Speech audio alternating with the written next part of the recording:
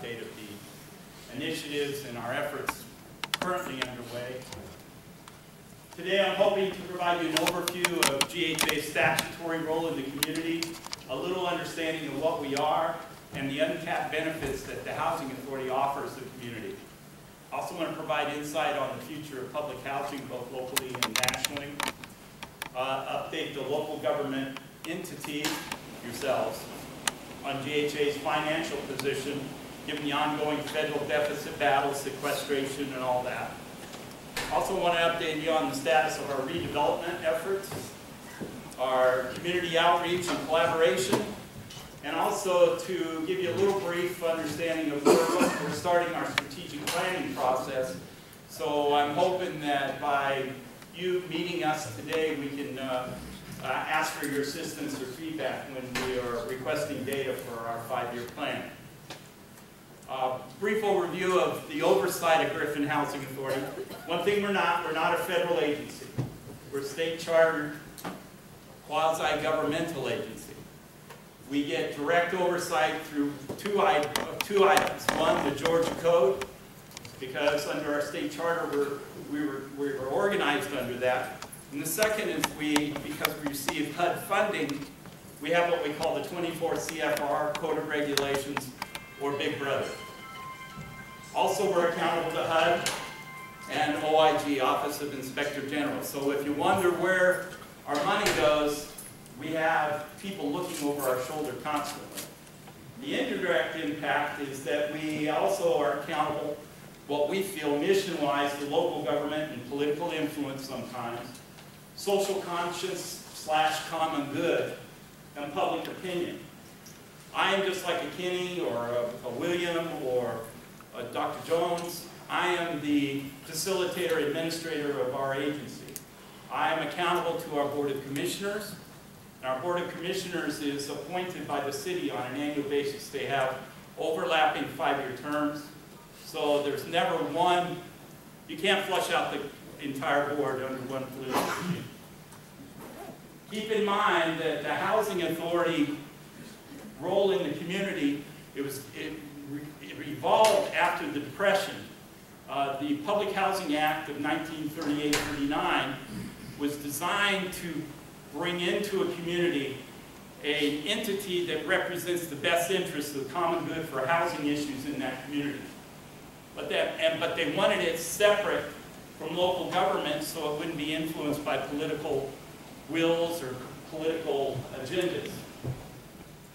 Like I said, we're a state chartered quasi-governmental entity. We're funded by HUD, tenant branch, special project grants, and very shortly, development fees. We're empowered by law to address and expose blight and substandard housing conditions within our community. We're established to operate independent of local government and politics. City government appoints the board members, like I said, but does not govern the policy of the agency. The economic benefit we bring to Griffin's Spalding at this time, without redevelopment, is approximately $2.16 million in annual funding. The last 4 years, we've been labeled as a high-performing financial agency. In other words, we're meeting all the obligations of being good fiduciary agents. But I might also add, we have if you wonder if we're extreme left and right, we are a fiscally conservative liberal organization. How's that sound? In essence, what I'm saying is, we are a secular organization with a non-secular mission. We're here to represent the good of the people, all people, not just a select few. We currently have 200 public housing units, 63 elderly, 27 handicapped, 38 near elderly receiving like SSI. We have 122 families, 71 are low-income workforce, 25 are other household incomes, which could be SSI, and we have 26 families that are in our FSS program that are what you would classify as zero income.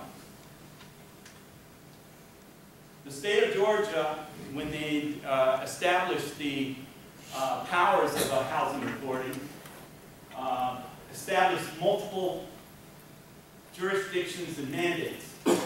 Number one, own, hold, clear, and lease manage property. That's what we've been doing since 1950 when the first public housing community was built in Griffin. Second one was built in 51, and our elderly was built. So we were doing our job there. But when the board recruited me in, one of the challenges were that there's a change in the wind as far as public housing's future. So they were asking, you know, what is it our mission? So we researched the chartered powers, and we find that we can act as an agent for the city or county in development, redevelopment, and management of city-owned property. We can acquire real property, including improvements and fixtures by using eminent domain. It's not a very good word to say, but my point is if there's somebody that is out there that is not being responsible, we have the ability to act on the city's behalf in eminent domain. We're one of the, I believe we're like the last agency that has the power to do that. They did change the law in '81 that we do have to go in front of the city council and say that we're going to do it, but they haven't changed the fact that that's one of our missions. We are required, when I say required, we have the ability to acquire blighted areas, acquire real estate property to reduce blight, property necessary for a redevelopment plan. We have broad inspection powers. Housing authorities in the state of Georgia have the ability to inspect any property in the state. Where I've seen this used before is if there is blighted commercial structures that could pose a risk to the health, safety, and welfare of the community, but more important is focused on slum identification and elimination. And that's a 1930s term, slum. And in cooperation with the city council, state, and federal authorities. We can hold hearings, believe it or not. Not that we'd want to, because I think we have a really responsive city and county government, but my point is the housing authority can act in the role that many counties, many cities don't like to cross over into, so we can kind of be the bad guy. We're responsible for conducting examination, investigation, and hearings into building or property where conditions exist, which are dangerous to the public health, morals, safety, and welfare, and reporting these findings back to the city or the county. And we have the power to enter into mixed income and low-income housing development partnerships, transactions. We can issue bonds, and we can access the public and private financial opportunities. Reality of public housing today is the future remains uncertain. Reduced funding, operating capital, sequestration. I can tell you that this year, because of sequestration, the housing authorities nationwide are being funded at 82.6%. Now understand that's 82 cents out of a dollar that it takes to operate. Public housing has failed to advance self-reliance and economic dependence for its 18 to 55-year-old residents. Instead of being the temporary safety net that it was designed to be, for low-income families experiencing episodic economic crisis, it's evolved into a permanent housing choice and the associated socio-political consequences. Change has required us, the PHA, to rethink our mission and purpose. As you saw by our chartered powers, we're mandated by the state of Georgia to respond to housing issues within our community. Actively participate in community social, educational, and economic development. Accept his role as Griffin's Housing Standards Authority and an advocate. And when I say that, that's not usurping any power that's with the county or the city. What I fear, and we all have to understand, that if somebody's not watching, there's a potential of a fair housing violation. So the Housing Authority, when we had a board retreat to discuss this, by not taking action, we saw that out of the state charter, we're responsible for making those choices and focusing on the housing issues in Griffin. All we've been focusing on is the management of public housing. And that in itself was a noble mission, but we kind of lost focus of what our charter says. And, you know, as we do things I think we all in here agree that recognition comes from success and projects and seeing evidence of things, but we're also judged by what we see and what we don't do.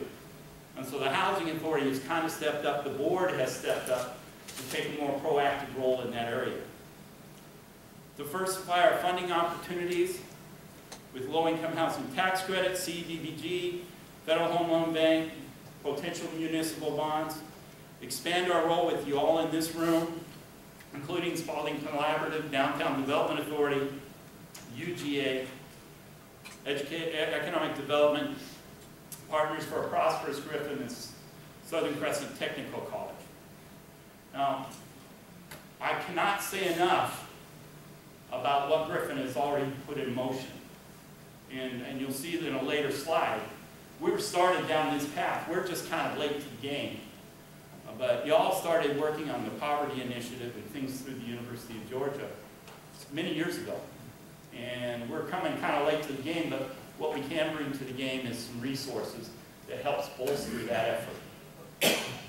And we've got to participate in the community's progressive housing approach. Understand, the Housing Authority's charter and our mandate is not just to provide housing for the poorest of the poor. We're here to provide quality, affordable housing all the way up to 100% of the area median income. There's growing public dissent over federal entitlement programs due to current polarized political and economic environment. Political, budgetary, and media pressure is growing to eliminate this program. The assumption is that remove it and they won't live here. But that is not a responsible approach when you look at the needs of the community. Community perception of GHA is limited by what is seen and heard, not what is possible.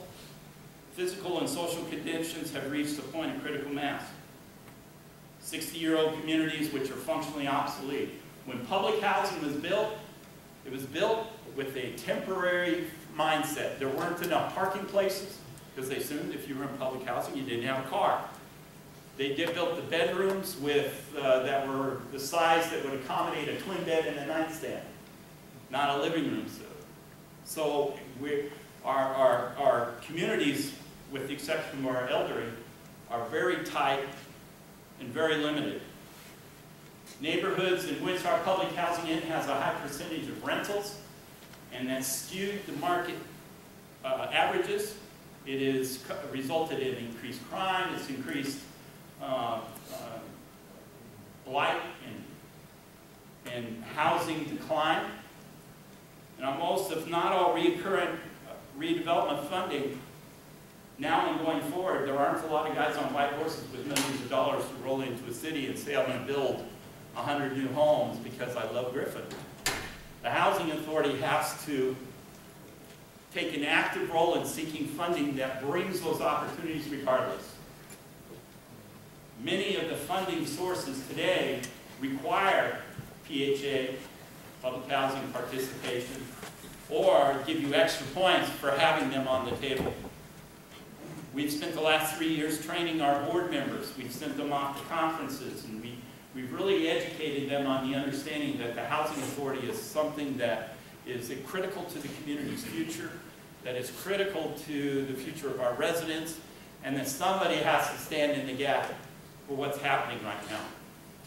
The demographics of who we are serving is evolving at a rapid pace. Baby boomers are retiring, and I would always say, if you're 50 years old today, and you don't own your home, and you don't have a good nest egg, you will probably be on our waiting list at some point in the future. It's already starting to show, sorry about that. It's already starting to show because in 2010, we had 44% of our residents elderly. Now we're at 52%. If you count near elderly, it's up to 67%. So the swing is starting to happen. It's going to be less about housing families in need and more about housing elderly disabled. So if we don't recognize that trend, that can be positive for the community or negative. And the other thing to keep in mind that's not just unique to Griffin is that poverty is growing. It's evidenced by information available anywhere you go. And people are focusing, unfortunately, on those indicators that say we're not being responsive or anything, when in fact, I've got to say that I think Griffin is one of the most unique communities because of the level of service providers and the commitment by folks like you here. Our financial performance, like I said, we were a high-performing agency. Over the last 4 years, we've operated 10–15% less than what we budgeted. As a result of that, we've been able to accrue about $1.5 million in reserves. Now, last year, Congress had this idea that maybe that's too much.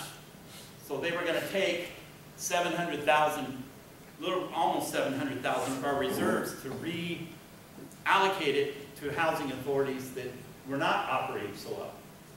So what I saw was Griffin losing the money that we worked so hard and were good stewards of the funding to go to an agency somewhere else that was not as fiscally responsible as we were. We appealed, and we won that appeal. So we were one of 62 agencies that actually was approved for that appeal out of 3,600.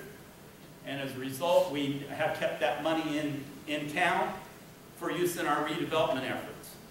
Our appeal was approved because we were going to use that money for the improvement of Griffin housing. This year we're on target to, even after we do the paving and all of that, will be about $150,000 under budget. We've continued to maintain our properties in safe, decent condition. We've been able to upgrade our technology. We've upgraded our fleet. We're currently repaving 9 Oaks and replacement of Fairmont roof and gutters. We're also initiating energy conservation. Our third-party audits, a little bit about the fiscal oversight. We have the board. We have another third-party entity that comes in and do our annual closeout on our books. And then we have another third-party entity that actually comes and performs a thorough forensic operational audit every year. We do provide that to the city.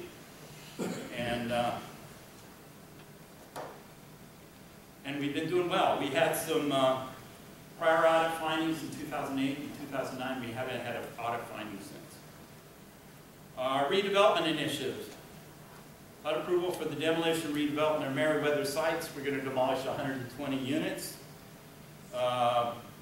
Here it says mid-rise. DCA kind of changed the rules, so we're looking at either a mid-rise or senior village, similar to what you have at 9 Oaks. And 80 family mixed income.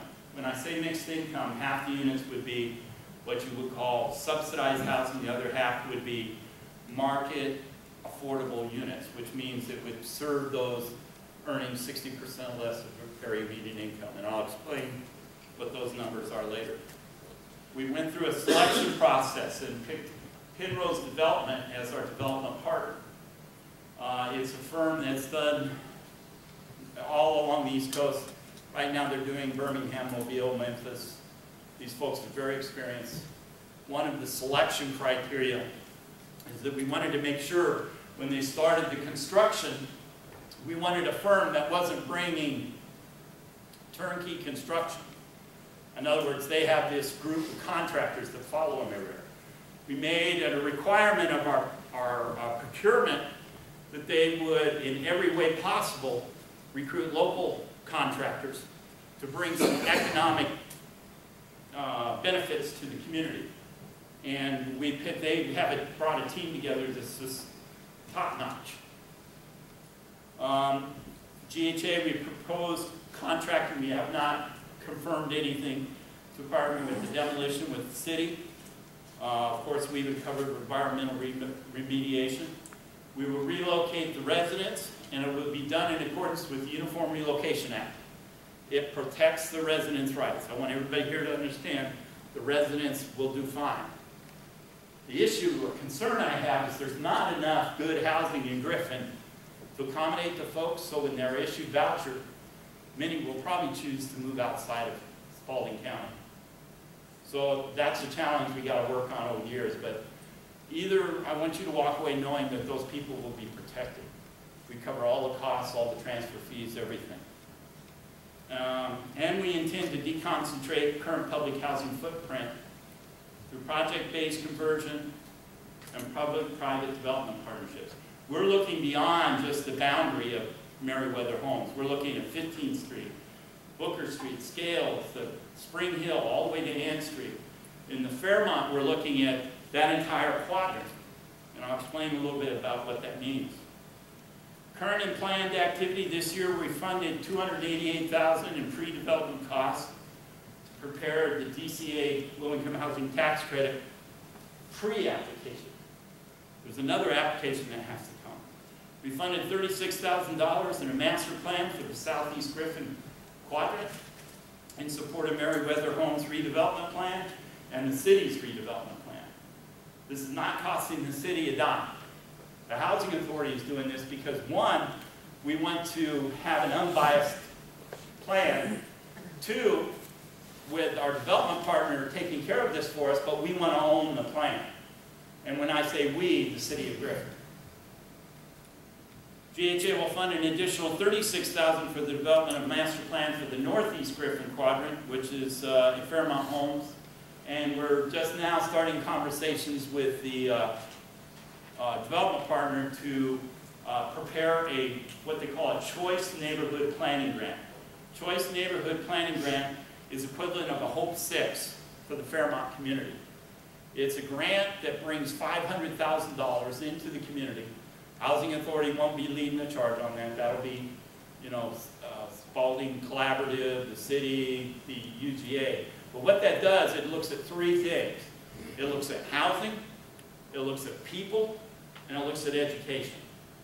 So what they'll do is they will analyze, and there are people that are very good at this, analyzing crime and all of these different kind of things in that neighborhood, and you put together a comprehensive plan. Our development partners have done 3 choice neighborhood grants. The minimum they've had is $20 million that come into the community for redevelopment.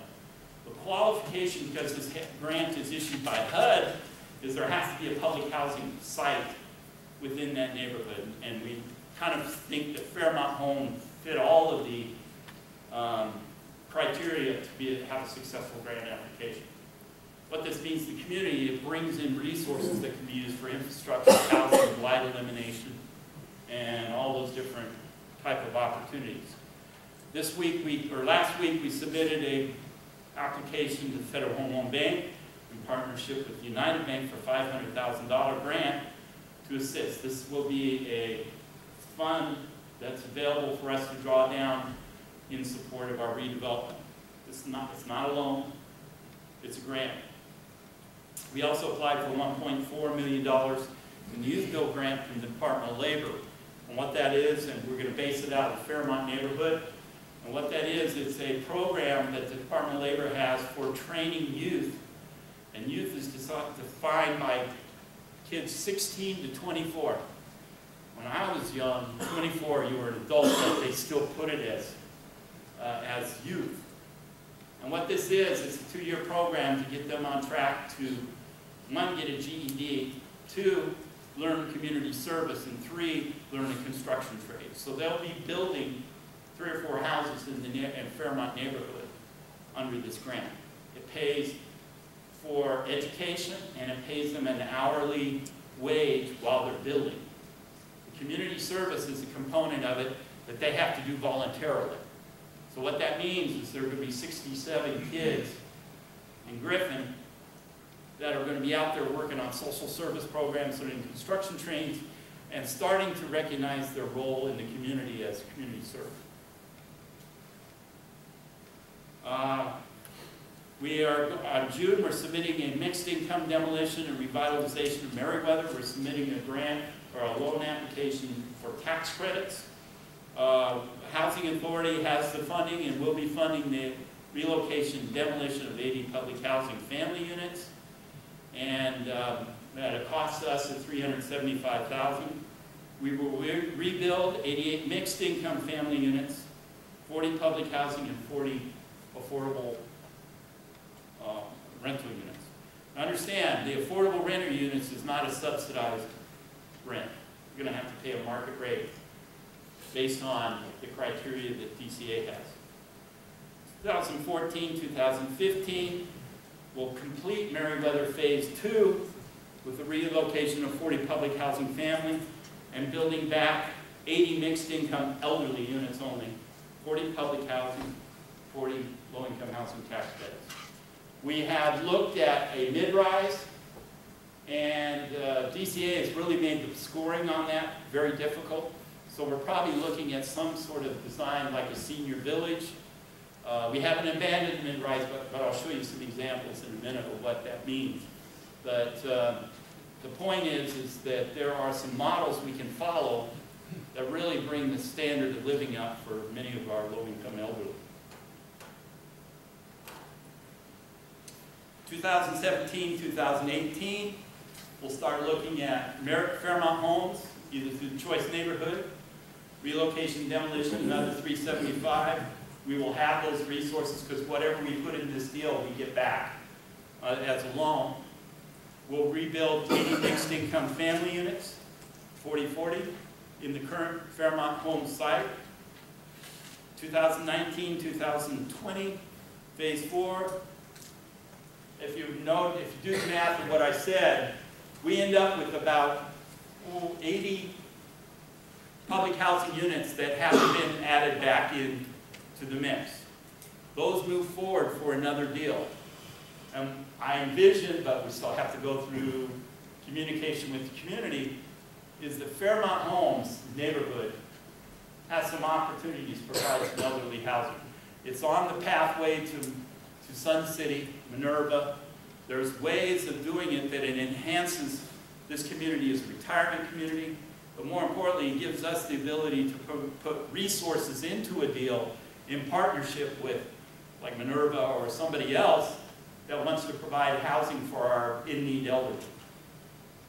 Between 2014 and 2020, we'll be looking to identify any resources for infill housing. As we start demolishing, as the city starts realizing or gathering land for the housing improvement plan, there's got to be a way of putting housing back into those communities for them to be viable. And I'm not talking about just putting rentals in. I'm talking about building a program of affordable home ownership or modern income home ownership. We have a hospital in town that's trying to expand. It would be a shame if that expansion occurs and the people that go there to work don't live in Griffin. So I think we look at it as a social common good approach to find housing opportunities for anybody coming to Griffin to do economic interaction through work or employment or whatever to live in Griffin. Can you all see this? This is our preliminary design for the family site at Merriweather Homes. The square at the top is where the elderly village or mid-rise will occur. It's less dense than what we currently have. It transforms the streetscape. And understand, this is not public housing atypical. This is a project I did using the same floor plan, the same density in Chattanooga, and we won an award for that. So we're looking to bring something like that into Griffin. That's what Merriweather Homes would look like.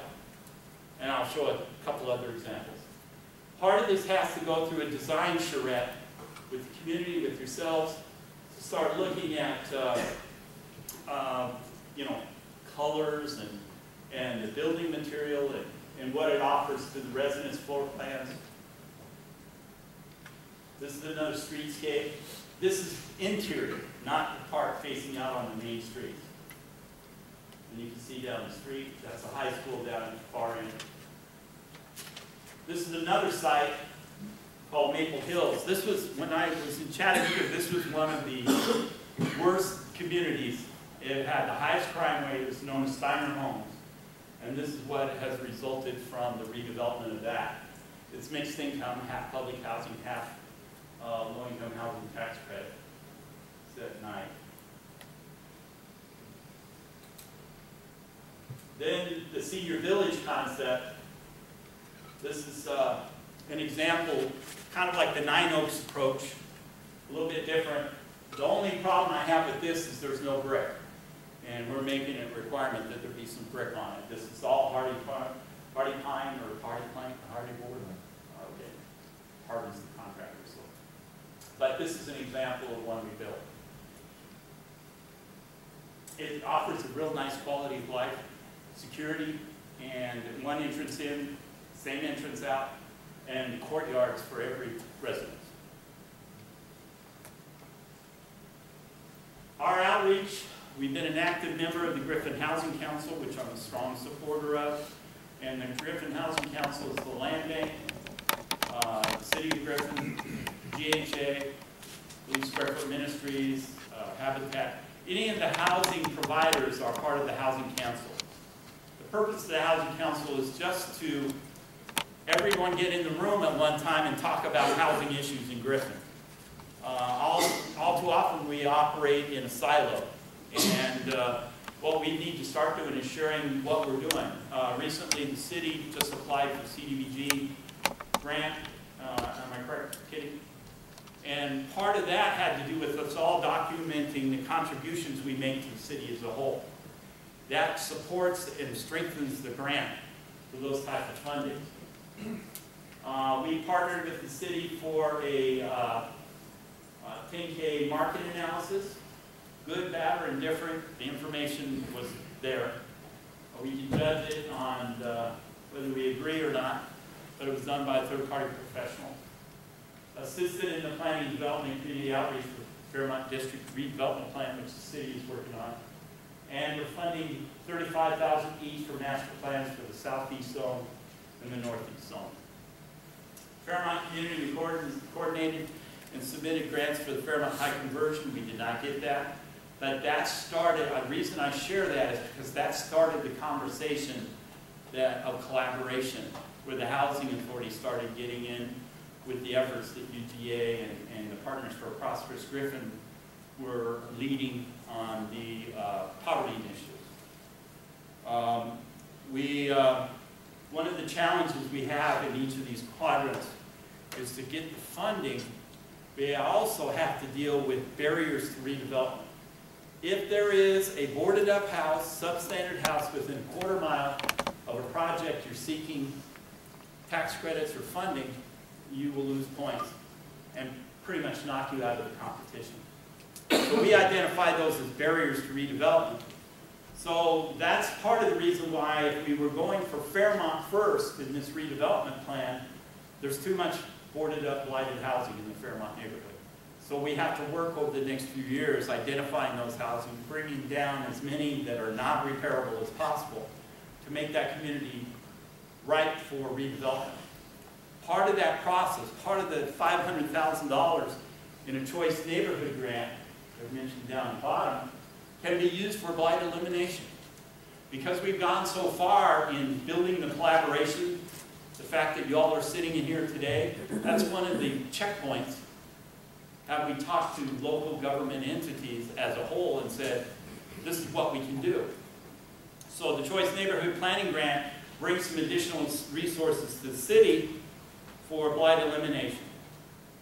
We're working with Spalding County Board of Education, Southern Crescent Technical School, UGA, Department of Labor, develop our Educational Prosperity Initiative. And the Educational Prosperity Initiative I'll explain a little better. GHA's another strategic objective is to utilize our statutory powers to eliminate those barriers I discussed. In the Fairmont Homes and Meriwether Homes neighborhood. That doesn't mean we won't take a look at a blight situation somewhere else in town. The key is the Housing Authority is chartered by the state and we're responsible to do something about it. So if anything, we participate with the city to identify those houses that affect the safety and welfare of our residents. And when I say our residents, we are responsible for all residents in Griffin. Partnering with the city and the land banks, we have now written into our agency plan, and from what I understand, we're one of the few housing authorities that have, that we are focused on blight elimination. We have identified a minimum of 3 dwellings, and last year we've done 6. We have another 3 in the pipeline, and we're probably going to expand that a little bit more.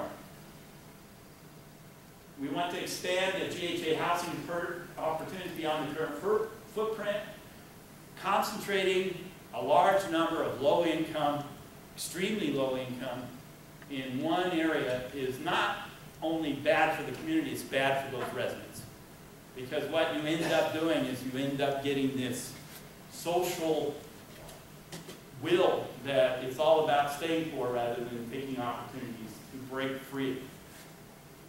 Understand our mission, 80% or less of AMI for Griffin is $38,300. If you make that much money or less, you are, by definition of HUD, low income. If anybody in here is making that, talk to your boss. A family of 4, it's $54,650. Those are scary numbers because everybody in my shop qualifies. And the point is we have to be responsive enough to offer opportunities for our teachers, our police officers, our civil servants, our workers, all that. We need to complete the master plans for the targeted GHA development zone, and develop scatter site acquisition and development strategies in support of progressive housing. Progressive housing is, if I have folks in public housing, I have no place for them to move to, then we have a problem with progressive housing in the community. If public housing becomes the most desirable choice in a neighborhood, we got a problem with housing in the community. So the key is to try and expand those opportunities. And I'm not saying the housing authority do it. The housing authority can acquire land and work with a private developer, but we have to do something to generate an interest for our private investors to come into the community. They have to understand the will of you here in this room is supportive of a progressive housing. Strategic initiatives. One of the issues that we have in Griffin is landlords have lost their assets. What I say is, it's very risky to be a landlord in any community. Many times, you may have 1 or 2 rental properties. If you get an irresponsible renter in there, then you have an issue of unacceptable losses and you don't have a way of putting that house back on the market for rental. What that means for our community is we just lost a rental opportunity. So the key is to try and develop a program that supports not only the renters, but the landlords. We are bringing in, it's out of Multnomah County, Oregon, it's a program called Ready to Rent, where renters will actually go through a training process. They'll learn about what responsibilities they have as a renter. They'll be taught good neighbor practices. For landlords, they'll also be taught how to read their lease, how to understand that there are responsibilities by both sides. Landlord has a responsibility to take care of something, but they have a responsibility to report it. If they ignore it and damage and all that, we're going to lose a housing opportunity. So the key is to put our residents through it. I want all of our relocating residents to go through this program, and that's what we're trying to do. They will go through, it's an 8-week course. It's not 8 weeks of 40 hours a week, but it spreads it out to where they're showing responsibility to go through the classes. They will, at the end, receive a certificate of completion that basically says, I've gone through Ready to Rent. It will list the good, they have to do a bio, the good and the bad of their history. If they're ever evicted, they got to write it into their bio. If they ever had a problem, the key is trying to put some honesty into the process. And then a landlord can make a better decision whether he wants to help out this person or provide an opportunity. It also provides landlords with additional information on prospective renter beyond the standard application. A renter which clearly understands their roles and responsibilities. The objective being, if let's say we transport 120 residents at Meriwether Homes, go and put them through Good Neighbor, and they go out in the market to try and find, we've got to also provide an opportunity for the landlords to understand how the program. So what I'm hoping and what my board has asked and what several people I've talked to, it's time for Griffin to have some sort of landlord association. The reason being, a landlord association is not an entity that oppresses renters.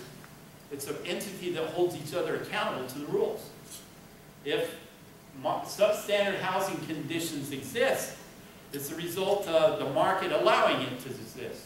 And you can only transform the market by transforming the renter's understanding and the landlord's ability to deliver good quality management. And housing authorities across the United States have been involved in that. In a previous life, formed an organization called My Community Rents. The Landlord Association ended up having a database where they had every single rental in town listed on this database. So if somebody was looking for a house, they would go in and punch it in, and they would find out what they can afford, what are the rules, before they ever go out and talk. It was so successful that the state of Tennessee took it over. And now My Community Rents is throughout the state of Tennessee. It means we have the same opportunity here.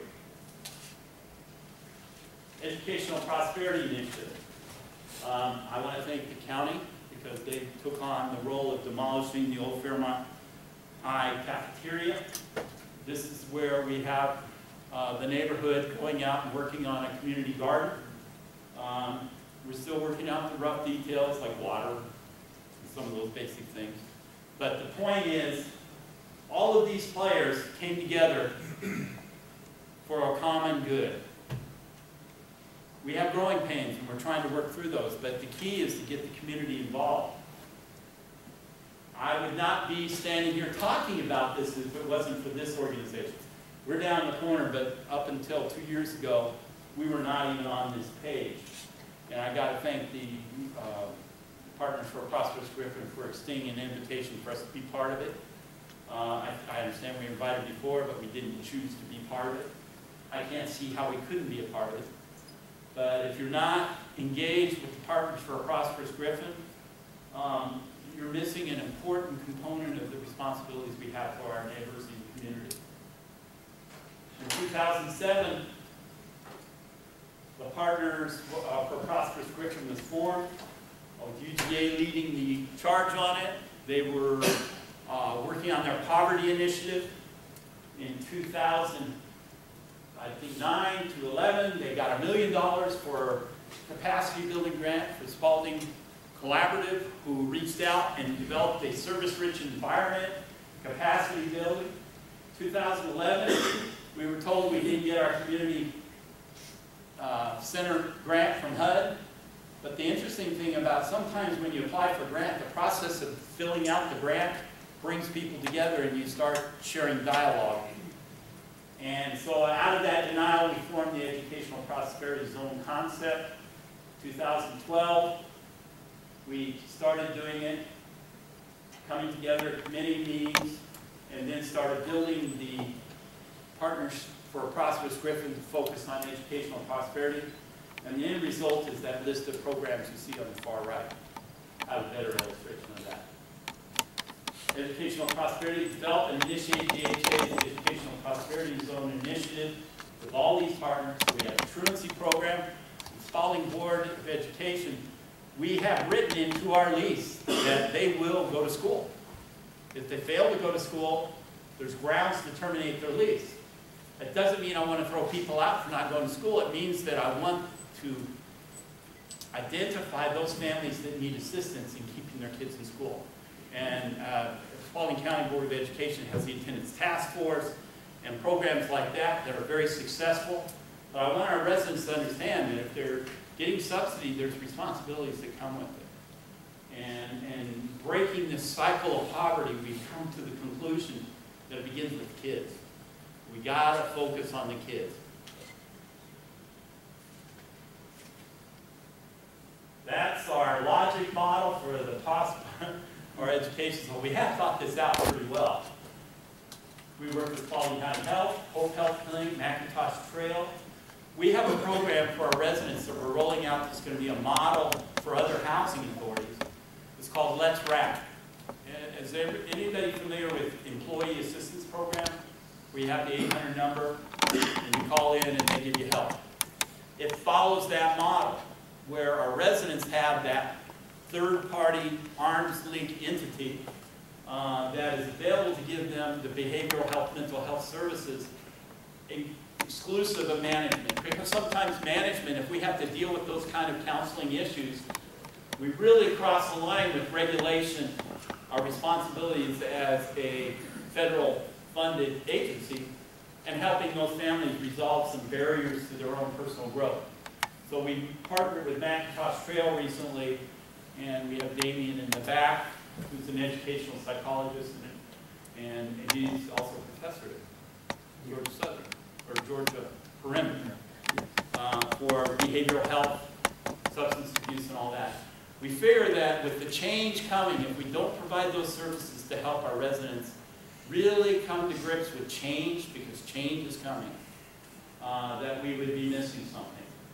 Educational partners, as you can see, University of Georgia, Southern Crescent, Paulding County School System, A.Z. Kelsey, Kennedy, Moore, New Horizons Downtown. Our community outreach is Fairmont High School and the Educational Prosperity. And the activities we have: primary health care, eye exams, resident assistance program, early childhood education, Head Start, tutoring, more time in school, small group tutoring, data-driven instruction, culture expectations. We have a great program with UGA. It's a lifestyle.